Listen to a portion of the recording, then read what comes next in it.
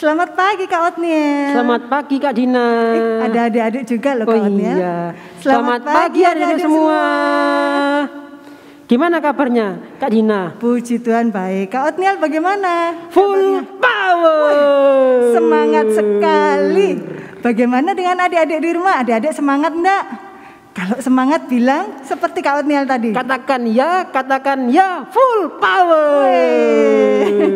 Sebelum kita memulai ibadah hari ini, mari kita memulai ibadah dengan doa. Mari tutup mata, kita doa bersama.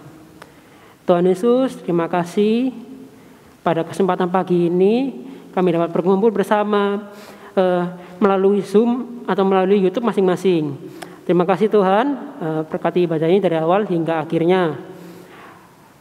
Kalau mau kami ucap syukur, amin. Amin. Hari ini ada yang spesial loh Kak Otniel. Ada apa nih Kak Dina? Karena hari ini adalah Prapaskah yang pertama.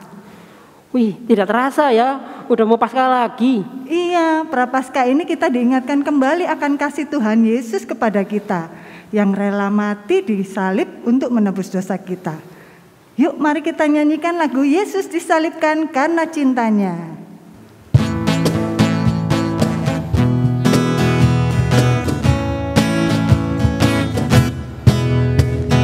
Yesus disalibkan karena cintanya kepadaku, kepadamu.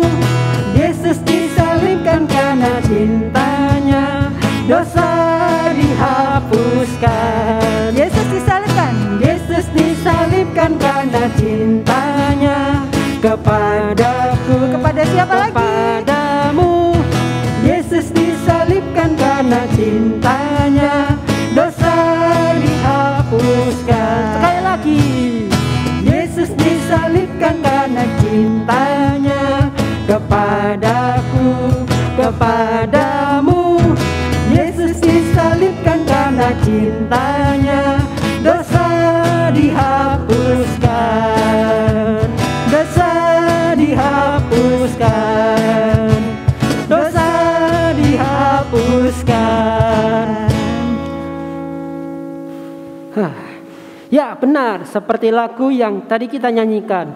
Tuhan Yesus rela mati disalib karena cintanya kepada kita semua. Iya, karena Tuhan Yesus itu kasihnya manis dan indah seperti lagu berikut. Kita nyanyikan ya, kasih Yesus manis dan indah.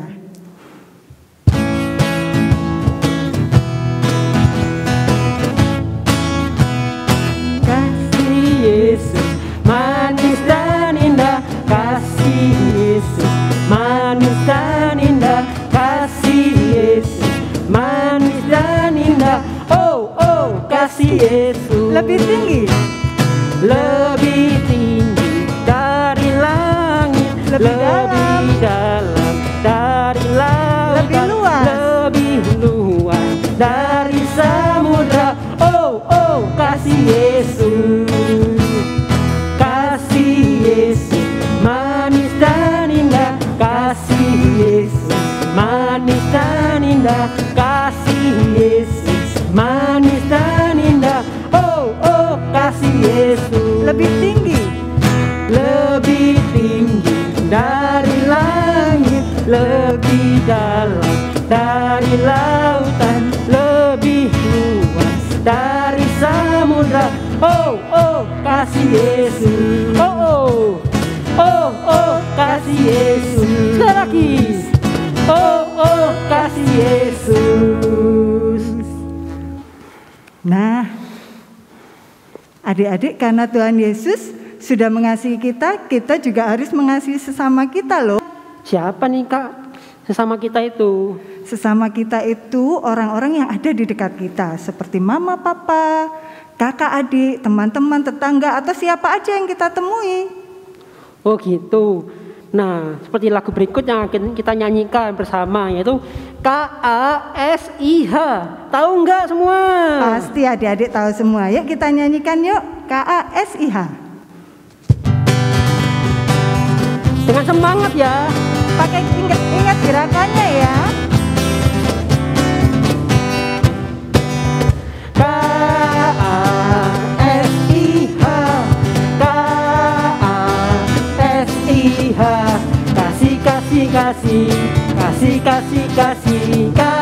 kasih. K-A-S-I-H,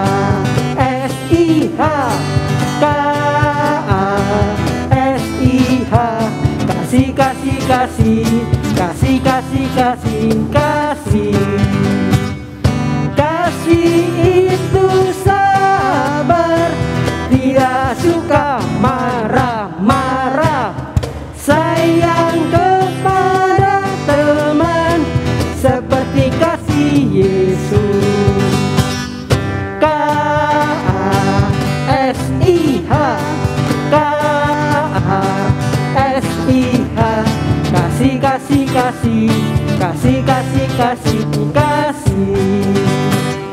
Kasih itu sabar, tidak suka marah-marah, sayang kepada teman seperti kasih Yesus. K-A-S-I-H, K-A-S-I-H, kasih, kasih, kasih, kasih, kasih, kasih, kasih. Kasih, kasih, kasih, kasih, kasih, kasih, kasih. Nah, adik-adik, sekarang kita akan menikmati kasih Tuhan melalui cerita yang akan disampaikan oleh kakak-kakak yang membawakan firman. Yuk, mari kita mendengar firman Tuhan dengan hikmat ya. Hai semuanya. Wah, bagaimana nih tadi? Kalian sudah memuji Tuhan ya? Sudah semangat-semangat ya? Nah, sekarang kalian sudah siap untuk mendengarkan firman Tuhan? Wah, Kak Indra yakin kalian pasti sudah siap nih. Alkitabnya sudah disiapkan? Atau Alkitabnya? Nah, usahakan untuk ada ya, supaya kita baca Alkitab, oke? Kalau begitu, kalau Alkitabnya sudah siap, mari kita berdoa terlebih dahulu. Tuhan Yesus, kami bersyukur karena Tuhan memberikan kami kesempatan untuk beribadah kepada Tuhan. Kami juga bersyukur karena hari ini kami dapat belajar firman Tuhan. Tuhan tolong kami supaya kami dapat mengerti dan kami memahami akan kebenaran firman Tuhan. Tuhan tolong kami supaya kami dapat tenang ketika kami mendengarkan firman Tuhan. Dalam nama Tuhan Yesus kami berdoa. Amin. Nah, teman-teman, apa yang kalian pikirkan atau apa yang kalian rasakan ketika kalian mendengar bahwa nanti nih Bapak Presiden mau berkunjung ke sekolah saya? Wah, yang pertama pasti kalian merasa senang. Kenapa? Karena yang datang ke sekolah saya adalah Pak Jokowi. Lalu apa ya yang perlu saya siapkan untuk menyambut kedatangan Pak Jokowi itu? Nah, mungkin di antara kalian beberapa pakai baju adat, ya. Dan mungkin dari antara kalian menyiapkan handphone, wah saya harus foto nih sama Pak Jokowi nih. Itu yang mungkin kalian siapkan. Dan mungkin sekolah kalian juga akan mengadakan upacara khusus untuk menyambut Pak Jokowi. Kenapa sih sampai seperti itu? Karena dia adalah orang penting nomor 1 di Indonesia. Kemudian dia adalah presiden kita.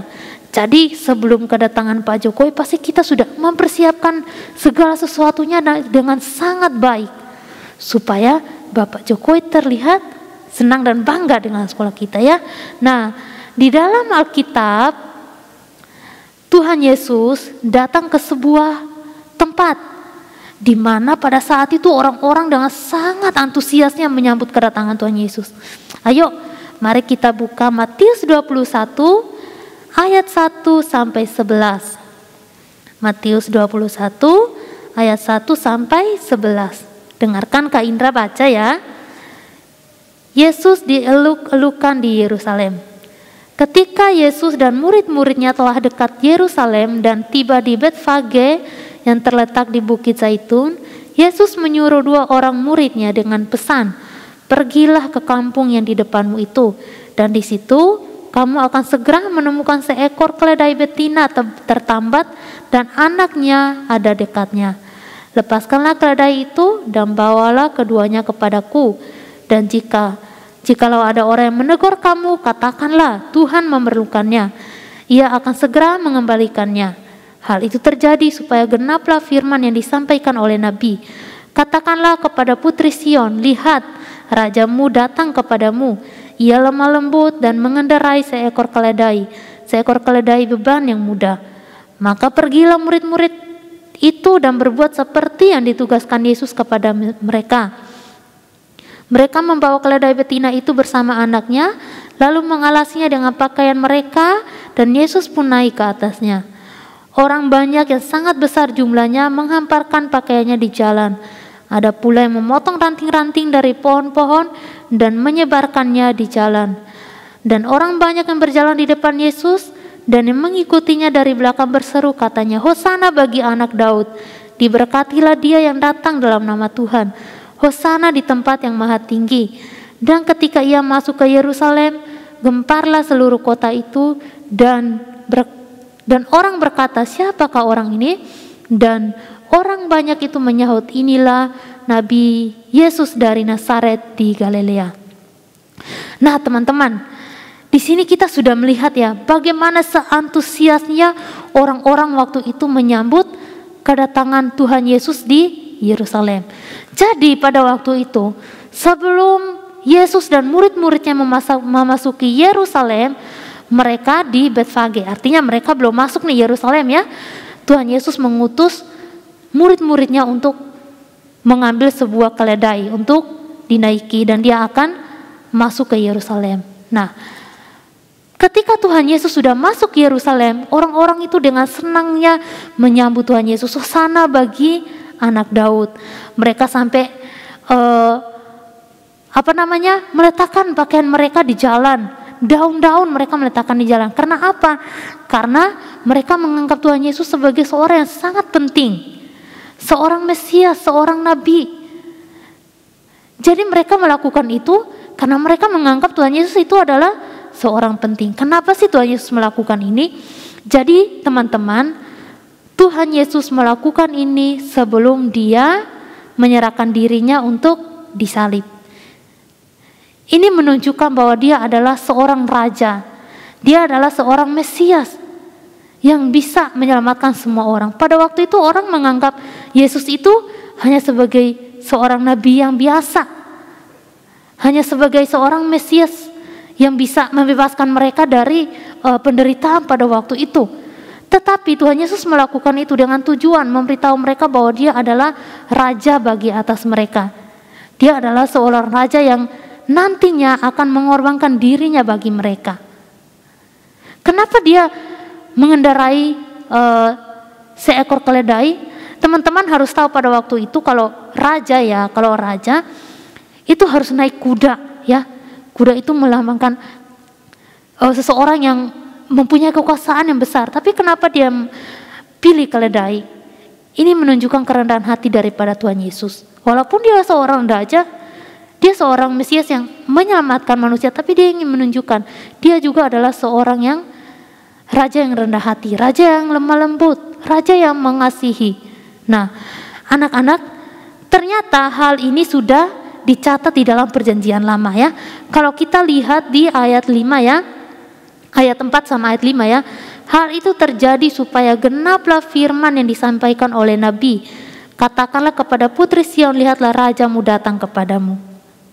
Jadi ini sebenarnya sudah dinubuatkan oleh nabi-nabi pada perjanjian lama. Jadi kedatangan Tuhan Yesus ke tempat ini adalah firman Tuhan yang sudah digenapi. Dia adalah seorang raja.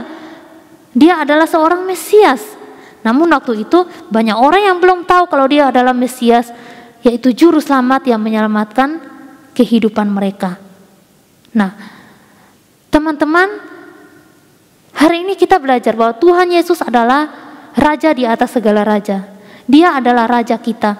Tapi kenapa ya kok dia raja, kok dia mau datang sampai dibenci sama orang, sampai dia mengorbankan dirinya untuk kita?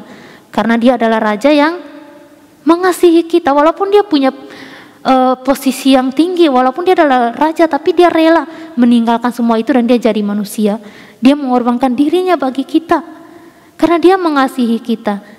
Tapi bukan berarti kalau dia melakukan itu dia statusnya sebagai raja itu hilang. Tidak, dia tetap menjadi raja atas kehidupan kita, raja atas kehidupan Kak Indra, orang tua kita, sama teman-teman di rumah. Nah, kalau dia raja, apa yang harus kita lakukan?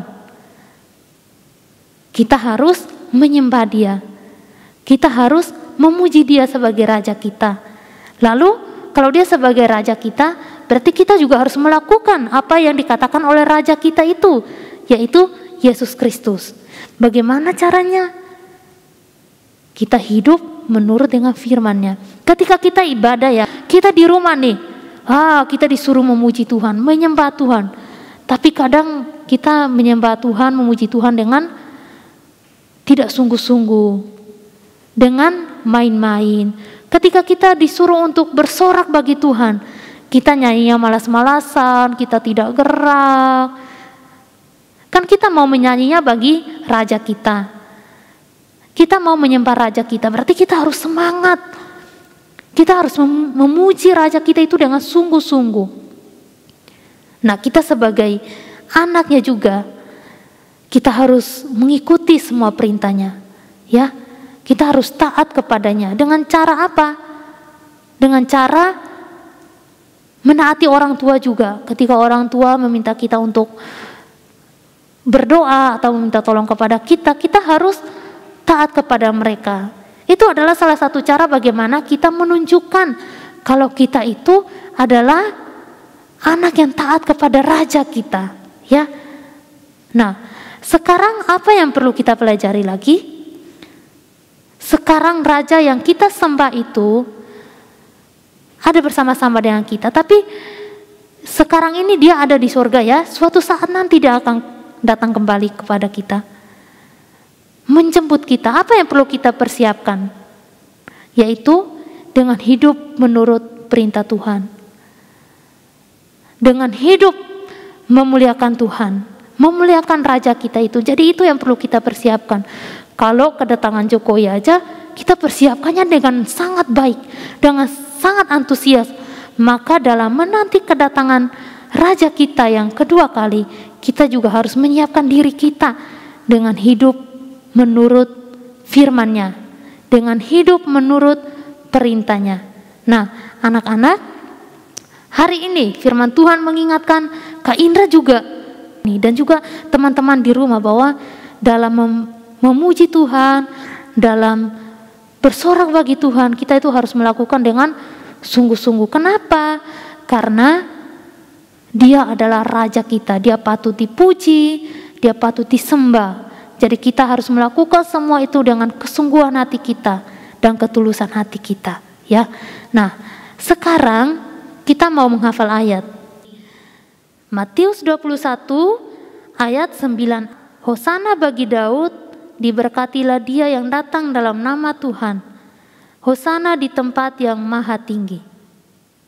Ya, tetap hafal ayat ya, walaupun di rumah. Oke?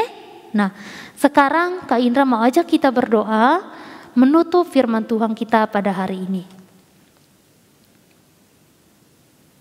Tuhan Yesus, kami bersyukur karena Tuhan adalah Raja atas kami. Kami bersyukur karena kami memiliki Raja yang mengasihi kami, Raja yang mau mengorbankan dirinya untuk kami. Tolong kami Tuhan, supaya di dalam kehidupan kami senantiasa hidup menyenangkan Raja kami itu, hidup memuliakan Raja kami itu. Tuhan tolong setiap kami dalam segala aktivitas kami, dalam segala apapun yang kami lakukan. Dalam nama Tuhan Yesus kami berdoa. Amin.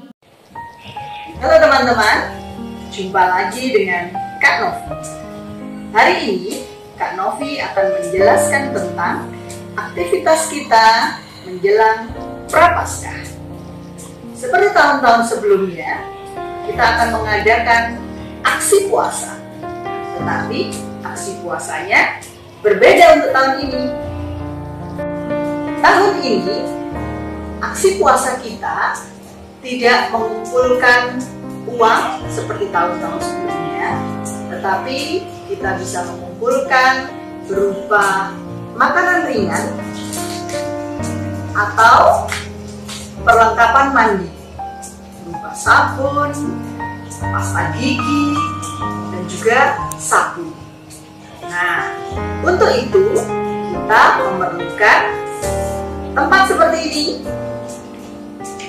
untuk membungkus semua bahan-bahan makanan ini.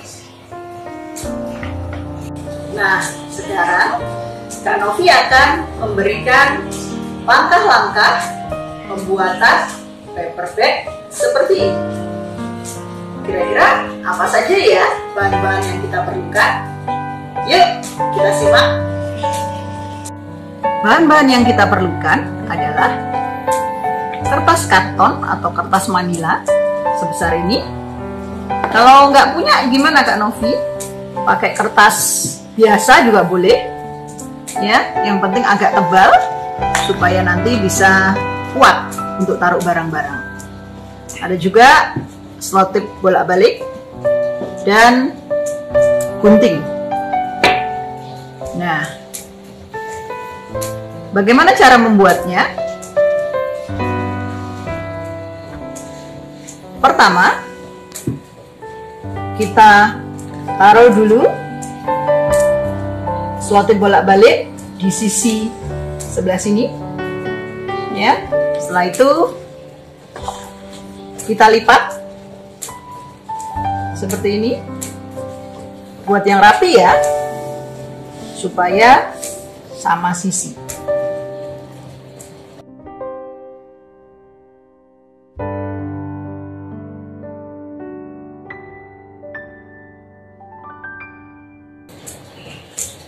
Setelah selesai, kita akan lipat. Buat lipatan, tidak usah besar-besar, cukup segini, ya. Kita buat simpul.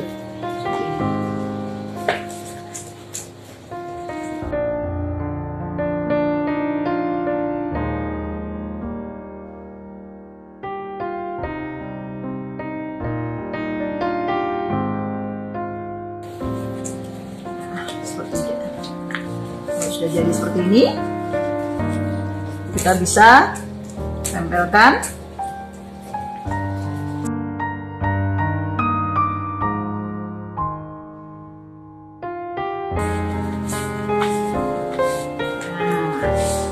Setelah jadi seperti ini, ya, kita akan memakai penggaris untuk menyamakan sisi-sisi sebelah sini.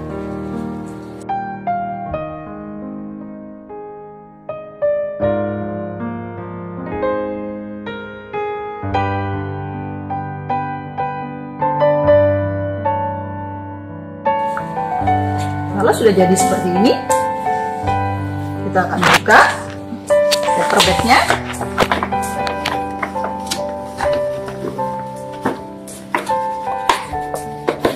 Dan sisi yang kita lipat tadi kita keluarkan. Tadi kan masuk ya, sekarang dikeluarkan seperti ini.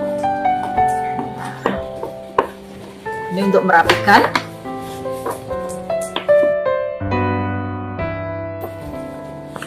Nah, tada, paper bag kita sudah jadi. Sudah jadi belum ya? Paper bag Kak Novi sudah selesai. Untuk Prapaskah kali ini, tema kita tentang kasih. Nah, untuk menghiasnya, kita bisa memberikan bentuk-bentuk hati atau bunga. Untuk lebih jelas detailnya dalam menghias paper bag ini, kita akan lanjutkan minggu depan dalam tutorial paper bag Prapaskah. Sekarang Kak Novi akan membuat challenge untuk kalian. Ada yang mau? Apa challenge-nya kira-kira Kak Novi?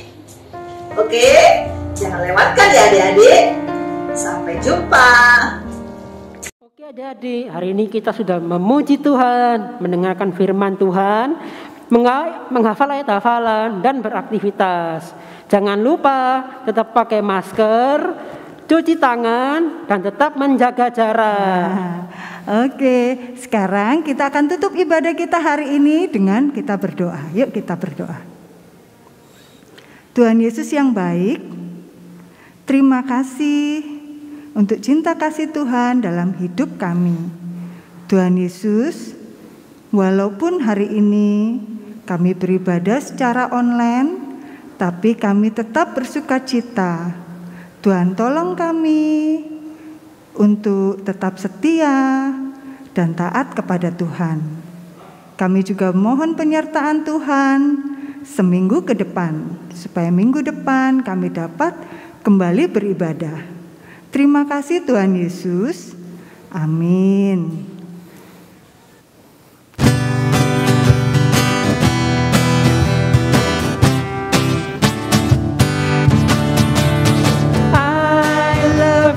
Jesus, deep down in my heart, I love you, Jesus, deep down in my heart, in a heart deep